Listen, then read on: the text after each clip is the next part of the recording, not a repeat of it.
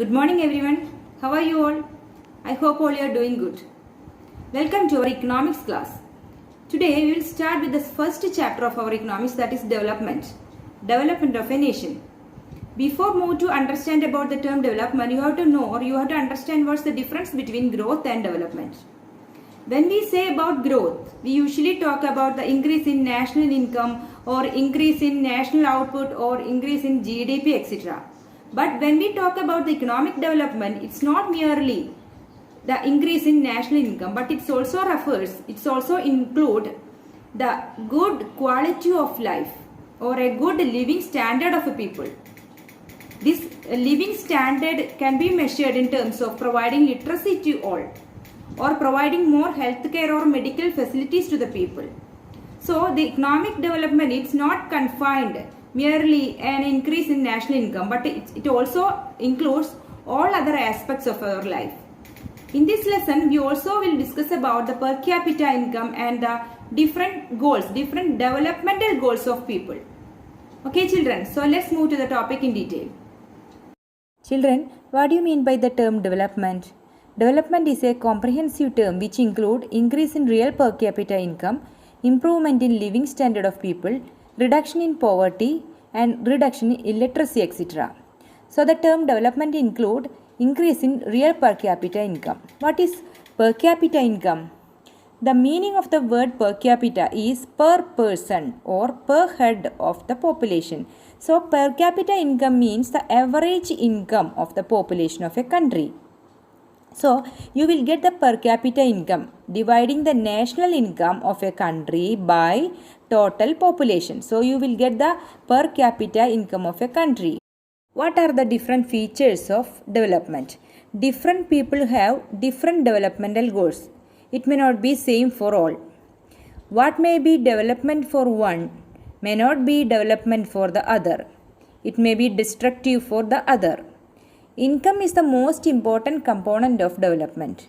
But along with the income, people also seek equal treatment, good health, peace, literacy, etc. So for development, people look at mixed goals, that they aim at variety of goals. Children, different people have different goals. Let's check this example. It will make you more clear. A girl expects as much freedom and opportunity as her brother, and that he also shares in the household work. But her brother may not be like this. So these brother and sister have different goals. Similarly, to get more electricity, industrialists may want more dams, but this may submerge the land and disrupt the lives of people who are displaced, such as tribal. So they might resent this and may prefer small check dams or tanks to irrigate their land. Here, the industrialist goal is destructive for tribals. That's why they are opposing it. It shows the different persons can have different developmental goals, and what may be development for one may not be development for the other. It may even be destructive for the other. Children, let's go through this table. It shows the developmental goals of different categories of persons. What would be the developmental goals of landless rural laborers? It may be more days of work and better wages. Local school is able to provide quality education for their children. There is no social discrimination and they too can become leaders in the village. Then, what will be the developmental goals of prosperous farmers from Punjab? Assured a high family income through higher support prices for their crops and through hardworking and cheap laborers. They should be able to settle their children abroad. Children, what would be the developmental goals of farmers who depend only on rain for growing crops? Can you tell me? The developmental goals of a farmer who is only depending on rain would be to get a good and sufficient monsoon season, and also they wish to have a good irrigation facilities. Same as what would be the goal of a rural woman from a land owning family? She would prefer to get a sufficient hardworking people to work for her in her land so that she can cultivate more crops. The next is urban unemployed youth. What will be the goal for an urban unemployed youth? Yeah, he would prefer to get a good employment. Same as what will be the developmental goal of a boy from a rich urban family? His aim would be higher studies in abroad. The next is a girl from a rich urban family. She gets as much freedom as her brother and is able to decide what she wants to do in life. She is able to pursue her studies abroad.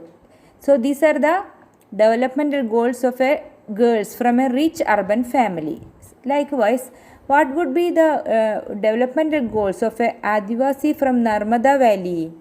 Yeah, definitely their goal will be for getting a good education and rising their social status, equality, and also land ownership, etc. So that would be the developmental goal of a Adivasi from Narmada Valley. So this shows the developmental goals of different categories of person will be entirely different.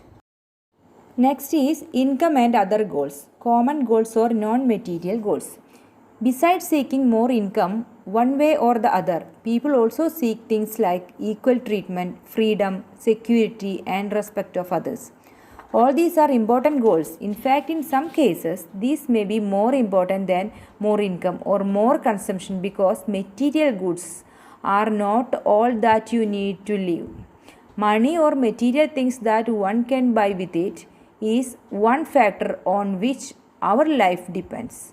But the quality of our life also depends on non-material things. For example, if you get a good job in far-off place, before accepting it, you would try to consider many factors like apart from income, what are the things you will consider if you are getting a job far-off place. You will think about the facilities of your family, working atmosphere or opportunity to learn. In other case, a job may give you a less pay, but at the same time you will get a regular employment that enhance your sense of security. That means the developmental goals are not only about better income, but it also about the other important things in the life. The next is national development. When we talk about national development or the development of a nation, that basic idea is to improve the life of the citizen of that nation. This development also measures the improvement can be increase in production or social aspects like literacy rate, availability of healthcare, etc. The other parameter of national development goals are income growth, removal of poverty, satisfaction of social and economic needs, and also attainment or sustainment of democratic participatory society. So the different persons could have different as well as conflicting notions of a country's development. So there will be a lot of questions may arise while thinking about the national development of a nation. Which are they? Can all the ideas be considered equally important? If there are conflicts, how does one decide? What would be a fair and just path for all? We also have to think whether there is a better way of doing things. Would the idea benefit a large number of people or only a small group? So, there would be significant differences in the ideas of national development because individuals do have their own notions of development. So because individuals seek different goals and their notions of national development is likely to be different. Next is how to compare different countries or states. For comparing countries, their income is considered to be one of the most important attributes. Now, what is the income of a country or national income? The income of the country is the income of all the residents of that country. This gives us the total income of the country, also called as national income. Since the countries have different populations, comparing total income will not tell us what an average person is likely to earn. Hence, we compare the average income, which is the total income of the country divided by its population. The average income is also called per capita income. So, when we come on to the comparison between different countries or states, we are always comparing the average. we do not we do not compare the totals, because if we are comparing the total income would be vary, because it will be depend upon the number of population of that country. So we need to compare the average income. So when we talk about average income or per capita income is equal to total income divided by total population. So average income is the total income of the country divided by its total population. The total income of the country is the income of all residents of that country. For comparison between countries, total income is not such a useful measure since countries have different population.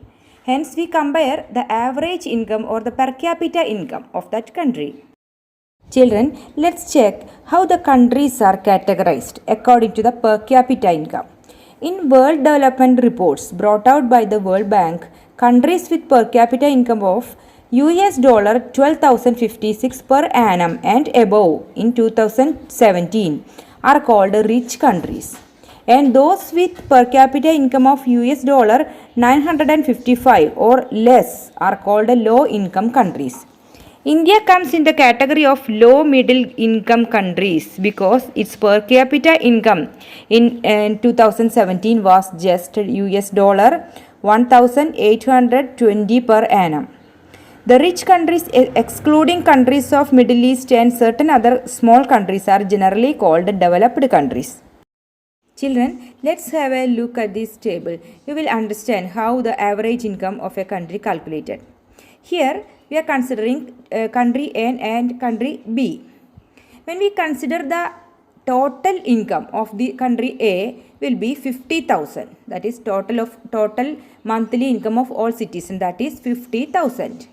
Then the average income will be 10,000. That is 50,000 divided by the number of citizens 5 equal to 10,000. Then if you are taking the case of country B, that also will be same. That is the total income of country B also same, 50,000, and the average income or the per capita income of country B also same as country A, that is 10,000. So both the countries having the same per capita income or average income, that is 10,000. So even though these countries have identical average income, country A is preferred because it has more equitable distribution. In this country, people are neither very rich nor extremely poor. On the other hand, most citizens in country B are poor. But at the same time, one person is extremely rich. Hence, while average income is useful for comparison, it does not tell us how this income is distributed among people. Children, so in this topic you have learned some new terms which were not that much familiar to you before. So that is per capita income. Per capita income is the average income of a country. We will get the per capita income is equal to total income of a country divided by the number of population of that country. So we will get the per capita income. So per capita income is equal to total income divided by number of population. Then one more term we have learned in this topic, that is life expectancy.